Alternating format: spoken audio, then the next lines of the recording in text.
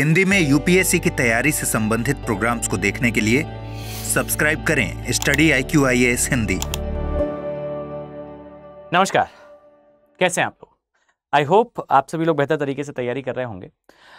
आज से लगभग 1-1.5 माह पहले से मैं बार बार इस चीज को रिपीट कर रहा था कि ज्योग्राफी और एनवायरनमेंट का एक बड़ा कंट्रीब्यूशन है यूपीएससी के खासकर प्रिलिमिनरी एग्जामिनेशन में। इस वर्ष ज्योग्राफी एनवायरनमेंट का फ्रैंकली स्पीकिंग तो बहुत अच्छा वर्ष नहीं था, क्योंकि प्रश्नों की संख्या थोड़ी कम थी। लेकिन आप इस बात से इमेजिन करिए कि इस कथन के बाद, मेरे स्टेटमेंट के बाद कि प्रश्नों की संख्या थोड़ी कम थी, उसके बाद भी आपको 25 प्रश्न जो है वो फिर भी दिखाई दिए थे। हर बार 30 की लाइन में ये होता है, 30-35 के बीच में जो है ये नंबर्स होते हैं। बट इस वर्ष आपको थोड़ा नंबर कम दिखा, 25 के अराउंड दिखे। बट आप इमेजिन करो कि इस कंडीशन में भी ज्योग्राफी का वेटेज 25 क्वेश्चन है जो अपने लिस्ट पर है। अब अगर आपका ऑप्शनल सब्जेक्ट, खासकर अभी मैं चर्चा कर रहा हूं ऑप्शनल के विषय में, तो अगर आपका ऑप्शनल सब्जेक्ट ज्योग्राफी होता तो इस कंडीशन में भी कि जब प्रश्न जो है औसत से, ऑन एन एवरेज से थोड़े टफ आए थे, उस कंडीशन में भी आप पाओगे कि आप 25 आउट ऑफ रफली अराउंड जो है वो 20 क्वेश्चन तो आराम से 22 क्वेश्चन जो है वो आराम से आप सॉल्व कर पाते। अब यहां पर कट ऑफ की अगर मैं बात करूं तो इन जनरल, मतलब इस वर्ष के ही नहीं, मैं सामान्य हर वर्ष की अगर बात करूं तो 40 से 45 सही क्वेश्चन जो है वो कट ऑफ होते हैं। और 40 से 45 सही क्वेश्चन, मैं 45 पीक पर जाकर कह रहा हूं, जब पेपर काफी इजी होगा तब के केस में, तब भी आप आधे से ज्यादा अपने प्री को क्वालिफाई करने के चांसेस क्रिएट कर चुके हैं। अब सोचिए कि अगर आपके ऑन एन एवरेज 30 प्रश्न आते हैं और 30 में से अगर 25 सही हो जाते हैं, तो आपके पास पूरे के पूरे बिग 4 सब्जेक्ट्स रिमेनिंग और साथ में करंट अफेयर से लेके n नंबर ऑफ छोटे टॉपिक्स, इन सभी में से आपको केवल 10-12 क्वेश्चन ही बनाने थे एग्जाम को क्वालिफाई करने के लिए। अब आप सोचिए कि क्या कंट्रीब्यूशन है ज्योग्राफी का और एनवायरनमेंट का in your preliminary examination. Hindi माध्यम के लिए विशेष तौर पर मैं कहूंगा, याद रखिए कि जैसे किसी बीमार व्यक्ति के लिए एक उपचार होती है मेडिसिन, एग्जैक्टली वैसा ही है हिंदी माध्यम के लिए geography as a optional subject. अगर आपने अपने आप को इस सब्जेक्ट के अकॉर्डिंगली इवॉल्व किया तो आने वाले टाइम पर आपको इसका बेस्ट रिजल्ट मिलेगा। यहां पर सबसे पहले तो मैं आपको यह बता दूं कि स्टडी IQ के जो प्रीमियम कोर्सेस हैं, which is for optional geography Hindi medium special, याद रखिए कि इन बैचेस में अभी एडमिशन ओपन है, लेकिन इनमें एडमिशन की लास्ट डेट आ चुकी है। 2 जून को इन बैचेस में एडमिशन क्लोज हो जाएंगे। अब यहां याद रखिए, 2 जून से पहले एक तो आपको एनरोल कर लेना है, और दूसरी बात है कि ये बैचेस में जो वैलिडिटी है, इन बैचेस में जो आपको कोर्स है, इस कोर्स को ज्वाइन करने पर टाइमली, यहां मैं एक ब्रैकेट बना लूं, टाइमली का मतलब है 31 मई तक। याद रखिए 31 मई, इस माह की 31 ऑफ मई, अगर आपने इस टाइम तक एनरोल कर लिया तो आपको मैक्सिमम डिस्काउंट मिल जाएगा। अब जो सेम कोर्स आपको 15,000 का मिल रहा था, अभी 12,999 का मिल रहा है। ये जो डिस्काउंट है ये केवल और केवल 31 मई तक है। अगर आप 31 मई तक आपने इसे ज्वाइन नहीं किया तो आपके लिए आने वाले समय पर सेम कोर्स के लिए आपको एक्स्ट्रा कॉस्ट पे करना पड़ेगा। तो एक चीज तो पहले जान लो कि अभी जो मैं चर्चा करने वाला हूं, उस चर्चा से आप अपने आप को और कॉन्फिडेंट फील करोगे कि आपको as a optional subject geography को ज्वाइन करना है, उसको ऑप्ट करना है।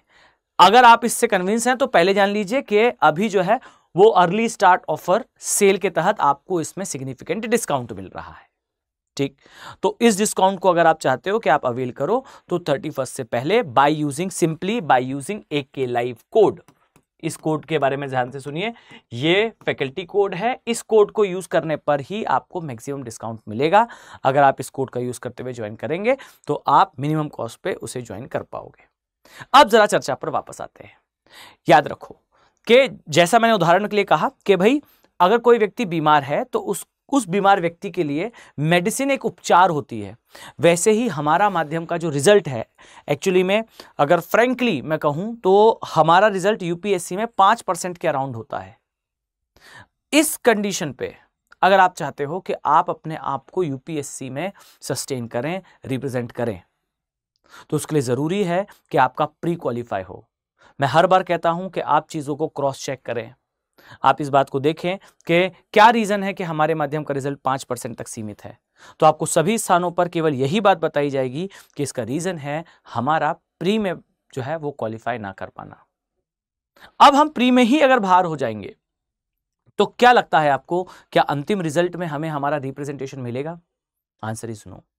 अब इस कंडीशन को ध्यान में रखते हुए आपको प्री पर फोकस करना होगा और प्री में पास करने का मूल मंत्र इस कि आपके पास सॉलिड 20, 25, 30 क्वेश्चंस हो जिसमें आप ये कॉन्फिडेंस के साथ कह सकें कि ये प्रश्न मुझे बनेंगे ही और ये क्वेश्चन अच्छे स्तर के हों। अच्छे स्तर का मतलब है आप यहां पर पास होने नहीं आए हैं, यहां आप कट ऑफ क्लियर करने आए हैं। जरूरी यह भी है कि आपके जो कॉम्पिटिटर्स हैं उनसे जो क्वेश्चन नहीं बन रहे वो भी आपसे बने। आपको कट ऑफ क्लियर करनी है, ना कि एक निश्चित स्तर तक के अंक लाने हैं। अब ज्योग्राफी और इन्वायरमेंट ये कुछ ऐसे टॉपिक्स हैं जिनमें जनरली सारे स्टूडेंट्स को थोड़ा हसल होती है, थोड़ी समस्या होती है। अब अगर आपने इन क्वेश्चंस में अपनी पकड़ बना ली तो मैं दावे के साथ कहता हूं कि आप डेफिनेटली अपने रिजल्ट को एक एंड स्तर तक पहुंचा पाओगे। अब यहां पर समझना कि ज्योग्राफी इन्वायरमेंट अगर स्ट्रांग है तो 30 से 35 क्वेश्चंस आपके पास है, 30 क्वेश्चंस आपके पास है, 28 क्वेश्चंस आपके पास है। कट ऑफ 40 क्वेश्चन है, 12 क्वेश्चन की आपकी लड़ाई बच जाती है। और इवन ये जो 12 क्वेश्चंस हैं ये आप आसानी से गेन भी कर पाओगे। मतलब ऐसा नहीं है कि इन क्वेश्चंस को गेन करने के लिए आपको बहुत प्रैक्टिस करने की जरूरत पड़ेगी।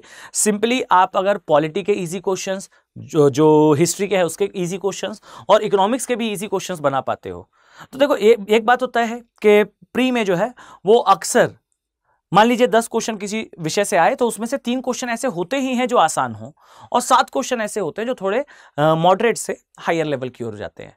तो इस बात को समझिए कि ये जो क्वेश्चंस हैं इनके सिर्फ और इजियर पार्ट भी आप सॉल्व कर पाओगे तो भी प्री क्लियर करना एकदम आसान है। डियर, अगर आप हिंदी माध्यम से हैं तो हमारे माध्यम की सबसे बड़ी समस्या का समाधान यह है। मैं बहुत बेहतर तरीके से इस बात को जानता हूं कि जो हिंदी मीडियम का स्टूडेंट है वो अक्सर geography as a optional subject को इंग्लिश मीडियम का ऑप्शनल मानता है, या फिर वो इस बात को बार बार जो है वो फील करता है कि भाई ज्यादातर क्राउड जिस ऑप्शनल को ले रहा है हिंदी माध्यम में, हमें भी उस ऑप्शनल के साथ जाना चाहिए।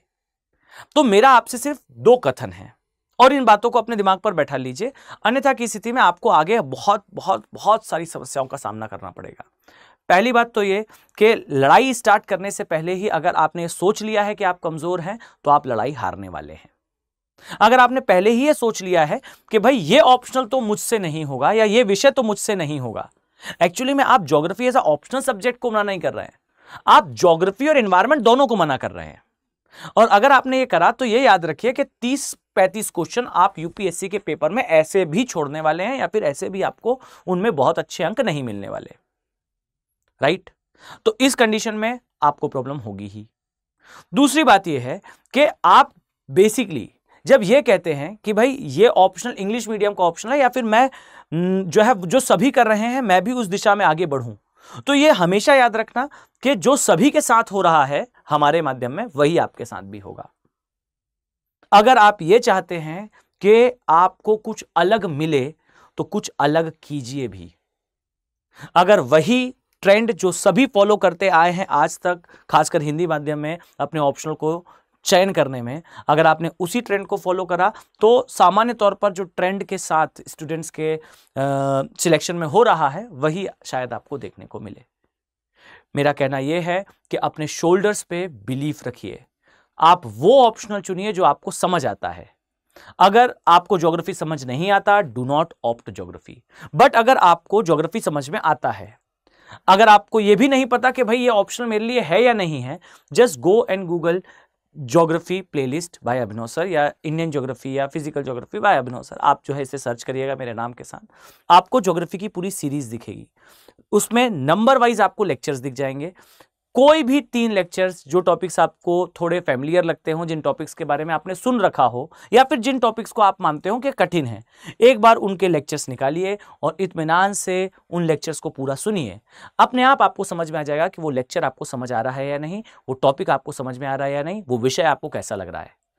आप आराम से 1 या 2 दिन की R&D के थ्रू आराम से इस बात का कंक्लूजन निकाल पाओगे कि ज्योग्राफी इज फॉर यू और नॉट।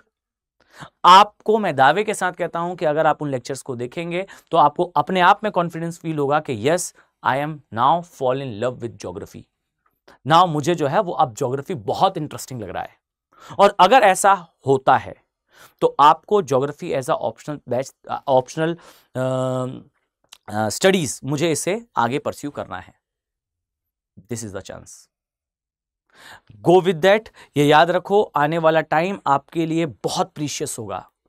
अभी हमारे ऑप्शनल बैच के बहुत सारे स्टूडेंट्स जो है, अब मैं अभी उस बारे में डिस्कस करना नहीं चाहता, ये बहुत ज़्यादा शुरुआती स्टेज में ऐसा डिस्कशन हो जाएगा। पर इतना जान लीजिए कि मुझे लगभग जो है वो स्टडी आईक्यू में ही इन कोर्सेज को स्टार्ट करे हुए 1 वर्ष होने जा रहा है। फाइन, ऑप्शनल बैचेस ही जो हमारे रनिंग बैचेस हैं, हमारा फर्स्ट और सेकेंड बैच के स्टूडेंट जो है वो अभी प्री देने गए हुए थे। आने वाले समय में वो मेंस भी लिखने वाले हैं, उसके बाद ईश्वर ने चाहा तो आगे वो इंटरव्यू तक जाएं। अब इस कंडीशन पे आप समझिए कि ऑन एन एवरेज आपका रिजल्ट इंप्रूव होता है। एक और उदाहरण से मैं आपको समझाना चाहता हूं। आप याद करिए कि जब आप जो है वो 9th या 10th स्टैंडर्ड में थे, आपको जो क्वेश्चंस दिखाई देते थे, सॉल्व करने कहा जाता था, वो आपको बड़े कठिन स्तर के लगते थे। पर याद करिए कि जैसे ही आप जो है 12th स्टैंडर्ड में पहुंचे, आपने इस बात को रियलाइज करा कि भाई ये आपके छोटे भाई बहन जिन प्रश्नों को सॉल्व कर रहे हैं 8th 9th 10th के, ये तो काफी इजी हैं। ऐसा क्यों हुआ? ऐसा इसलिए हुआ क्योंकि आप 12th स्टैंडर्ड में जाते हुए ज्यादा चीजें सीख चुके थे, तो आपको पहले की चीजें आसान लग रही थी। डियर, वही बात है दैट आपके साथ हो ये रहा है कि आप जब ज्योग्राफी एनवायरनमेंट के क्वेश्चन लगा रहे हो तो वो 12th लेवल के क्वेश्चन हैं जो प्री में पूछे जा रहे हैं। जब आप ऑप्शनल सब्जेक्ट की तरह ज्योग्राफी को पढ़ते हैं तो आप ऑनर्स लेवल तक की चीजें पढ़ते हैं, और उसके बाद जब आप पीछे जाकर प्री के क्वेश्चन सॉल्व करते हैं तो they are like a peanut for you, बेहद आसान होते हैं। फाइन, अब आप ऐसा समझिए कि जो कंडीशन उस समय आपकी थी 8th 9th 10th क्लास के क्वेश्चन को देखकर 12th स्टैंडर्ड में, वो स्थिति हो जाएगी जब आप पढ़ेंगे ऑप्शनल की तरह और प्रीवियस ईयर में या फिर जिस वर्ष आप पेपर देने जाएंगे उस वर्ष प्री के क्वेश्चन देखेंगे।